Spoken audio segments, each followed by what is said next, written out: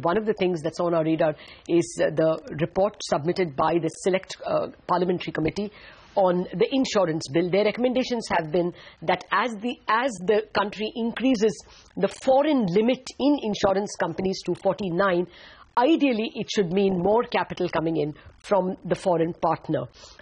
We have with us Amitabh Chaudhry, Managing Director and CEO of HDFC Life, and Hitesh Jain, partner at ALMT Legal, to join in and tell us whether this will make life somewhat difficult actually for either the foreign partner or the Indian partner or both.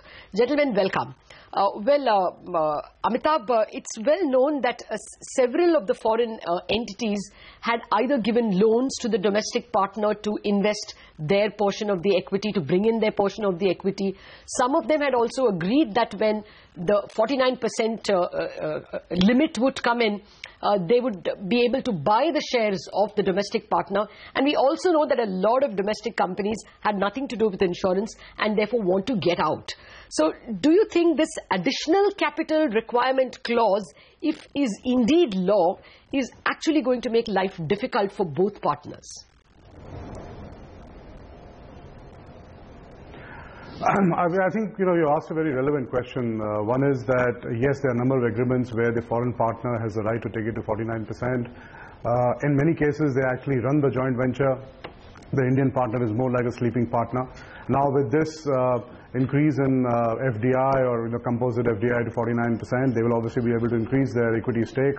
But then it brings a bit of a problem that they have said that the increase in FDI can only come at the cost of management control. And they have, I think, defined it, at least in the report, as what that means. So on one side, you can increase, obviously take a higher stake, take a higher economic interest. But on the other side, there is an issue on the management control and how do you give it away when you've been running it for those many years. Second, you mentioned that this increase in FDI is only on increase in share capital.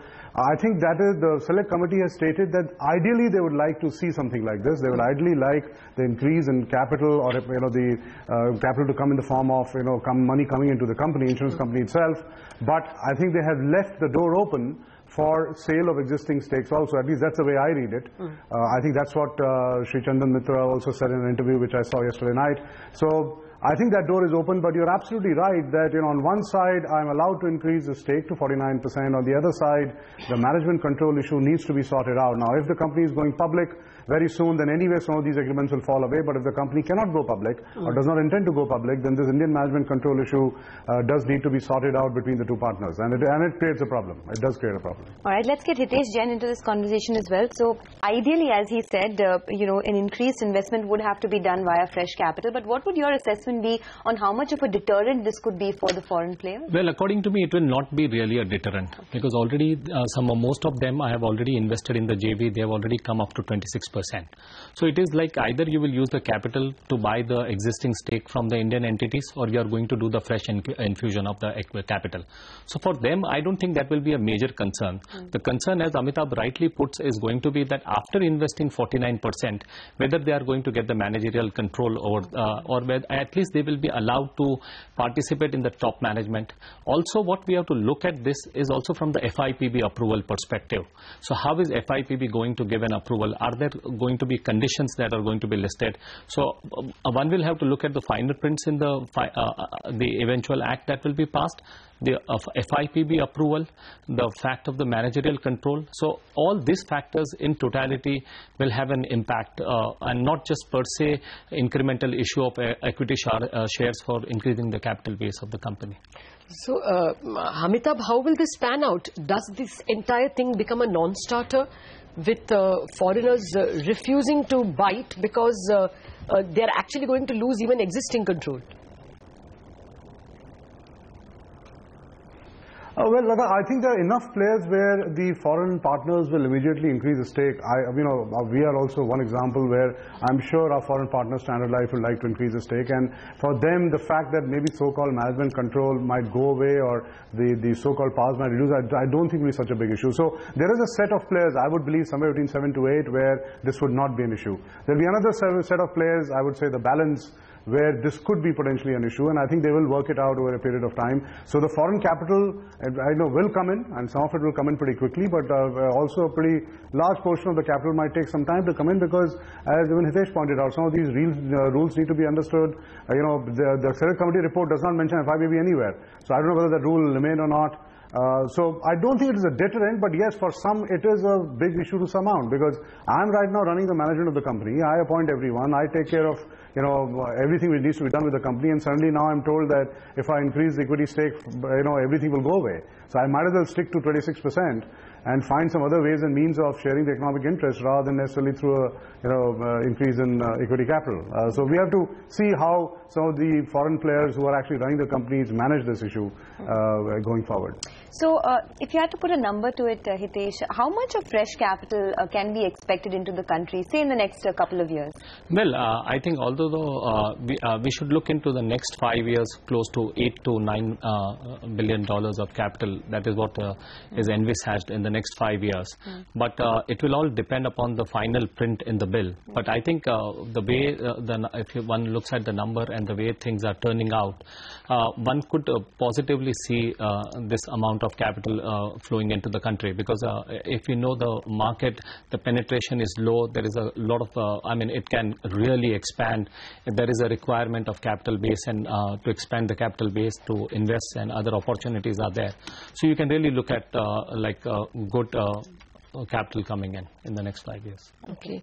There are some Indian partners who are simply not in the finance business. Actually, Amitabh, on that note, for instance, Exide or the Burmans, over there, will this really mean a desire to sell off? Because they really don't want to run and they cannot run. Yes, so this will be a catalyst for some kind of consolidation. Now, consolidation happens because some new people get into the business, or consolidation happens because some of them sell out. I think that needs to be seen. Again, as Hitesh and I have been saying, that the final print does matter here. But yes, I think this will be a catalyst for some kind of consolidation, and some players might actually decide to exist because it just does not make sense for them to remain. They don't want to be running an insurance company. They are not been involved in running the insurance company. And going forward in the future, it might continue to suck more capital. Yes, some of them might exit. I don't know who that might be, but you are taking some of the names. There are many more names out there where people are trying to exit or just waiting for this bill, and they're hoping that someone will come and buy them out. What's going to happen in your insurance twins itself, Amitabh? What should we expect? When will the capital come? Or do we expect either or both your companies to list? Well, in our case, HDFC Life, our foreign partner, and even HDFC has been quite vocal about us going for a listing as and when the laws permit it, and when it makes sense to list in the market. Standard Life has also said a number of times that they would like to increase their stake. They have the right to increase their stake, and I'm sure once the bill is passed in the next couple of months, they will start making their moves to increase their stake to whatever number they want to. Our chairman of Standard Life, Mr. Jerry Gibstone, was in India just a couple of days back, and he stated that he would like to list the company as soon as possible. So yes, we intend to go for a listing. Our foreign partner will increase the stake, and as I said, there are 7-8 players who will see some capital come in pretty quickly. As far as HDFC Ergo is concerned, I don't know the details, but I'm sure even Ergo, if given the opportunity, would like to increase the stake if it is permitted. So you will see capital come in pretty quickly. I would also like to point out that apart from FDI, FPI, there are a lot of other interesting things which the insurance bill envisages, and it is going to also again change the shape of the industry a little bit, because some clauses are there which are going to make life difficult, and some clauses are there which could make life quite interesting. Hitesh, you said $8 to $9 billion of capital is what you would expect in the next 5 years. In terms of the companies, which are the companies you think could eventually go ahead and list, and which are the companies whose foreign partners may perhaps not be interested to up their stake in your mind? Well, I think Amitabh's own company, Standard Life. So these are 3 or 4 serious contenders you can see. But it's not easy to speculate. You may see some new players completely thrown up. Something from people have not declared their intentions, but you may see some new players also coming into the market. But yes, the usual suspects which we are talking about, they may be the first Would SBI Life be one of the first off the block? Since the government direction is that they have to raise capital from the markets. Yes, I think I will be. We will have to watch the space for the public sector insurance companies, because the intent over here is very clear, and with the government looking at this investment process and trying to list money, so you will have to look at this public sector insurance companies also. So that is they are the people who may be the front runners in the whole process. Okay. Well, before we let you all go, Amitabh, could you detail to us the other non-share issue details of the proposed insurance bill? So there are 3 or 4 things which stand out. One is that obviously they have taken the equity capital required to set up a health insurance company back to 100 crores. That's a good thing. I think that will ensure that the serious players only come into the sector. They have introduced this concept of multi-corporate agents, which the IRDA has been talking about, allowing corporate agents to sell products for more than one insurance company. So I think they have mentioned that concept there. One thing which worries us, the committee has obviously listened to us partly, where we can refute a policy only up to 3 years of the issuance of the policy, and after that we cannot refuse a claim. I think it puts a huge onus on the companies to establish a fraud within the first 3 years of the issuance of the policy. Will mean a fronting of costs, will mean that we have to be very, very careful of what we go and sell in the market, and establish that the bona fides of the customers who are buying our policy.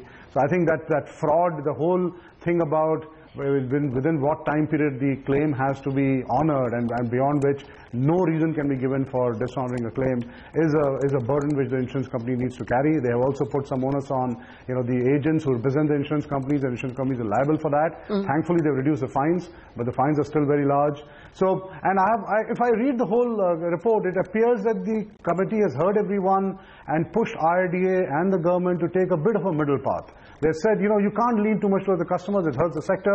You can't lean towards too much the sector, because then it starts hurting the customers at some point. So they've taken the middle path. I think it's a pretty prudent report, well thought through. They've heard everyone, and we are just looking forward to this bill being passed and moving on with life, and hopefully seeing some growth coming back to the insurance sector. All right, we'll leave it at that, not the least because we have run out of time on Bazaar. Thank you very much, Amitabh and Hitesh, for joining us.